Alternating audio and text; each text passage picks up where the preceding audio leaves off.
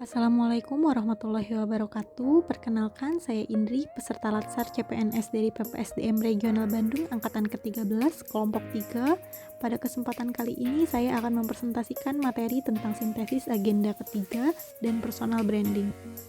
Pada agenda ketiga ini, kita akan mempelajari materi tentang yang pertama yaitu manajemen ASN, yang kedua pelayanan publik, dan yang terakhir adalah whole of government atau biasa disebut WOG. Baiklah, saya akan mencoba menjelaskan untuk materi yang pertama yaitu manajemen ASN. Manajemen ASN adalah suatu pengelolaan ASN untuk menghasilkan pegawai ASN yang profesional, memiliki nilai dasar, etika profesi, bebas dari intervensi politik, bersih dari praktik korupsi, kolusi, dan nepotisme. Di dalam manajemen ASN ada 3 poin penting yang harus kita ketahui, yaitu yang pertama adalah kedudukan dan peran ASN, yang kedua adalah hak dan kewajiban ASN, dan yang ketiga adalah kode etik ASN. Untuk kedudukan ASN sendiri, pegawai ASN adalah pegawai negeri sipil dan pegawai pemerintah dengan perjanjian kerja yang diangkat oleh pejabat pembina kepegawaian dan diserahi tugas dalam suatu jabatan pemerintahan atau diserahi tugas negara lainnya dan digaji berdasarkan peraturan perundang-undangan. Sedangkan untuk peran ASN sendiri, ASN memiliki peran sebagai perencana, pelaksana, pengawas penyelenggaraan tugas umum pemerintahan dan pembangunan nasional. Untuk dapat menjalankan perannya, pegawai ASN memiliki fungsi sebagai pelaksana kebijakan publik, pelayan publik, dan perekat pemersatu bangsa. Kemudian hak dan kewajiban ASN. Dalam penyelenggaraan kebijakan dan manajemen ASN dikenal adanya asas proporsionalitas yang mengutamakan keseimbangan antara hak dan kewajiban ASN. Agar dapat melaksanakan tugas dan tanggung jawabnya dengan baik, maka setiap ASN diberikan hak yang tercantum dalam Undang-Undang ASN. Selanjutnya, sesuai dengan asas proporsionalitas, hak yang diterima ASN diiringi juga dengan kewajiban yang harus dipenuhi. Kewajiban-kewajiban tersebut tercantum dalam Undang-Undang ASN. Selanjutnya yaitu kode etik ASN. Dalam Undang-Undang ASN disebutkan bahwa profesi ASN berlandaskan pada kode etik dan kode perilaku yang bertujuan untuk menjaga martabat dan kehormatan ASN. Kode etik dan kode perilaku yang diatur dalam undang-undang ini menjadi acuan bagi para ASN dalam penyelenggaraan birokrasi pemerintah. Kemudian yang kedua adalah konsep sistem merit dalam pengelolaan ASN. Ini terdiri dari konsep sistem merit dan kelembagaan jaminan sistem merit. Konsep sistem merit ini berkaitan dengan kompetensi, kualifikasi, dan kinerja kita sebagai ASN yang harus terus dilatih berdasarkan jabatannya. Di Indonesia, konsep sistem merit ini sudah mulai berlaku.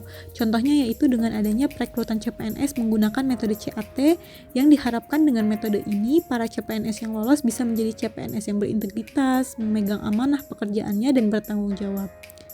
Untuk poin ketiga yaitu mekanisme pengelolaan ASN yang terdiri dari manajemen PNS dan PPK, pengelolaan JPT, organisasi seperti Korpri, sistem informasi ASN, dan yang terakhir adalah penyelesaian sengketa. Selanjutnya, materi kedua dalam agenda ketiga ini adalah pelayanan publik.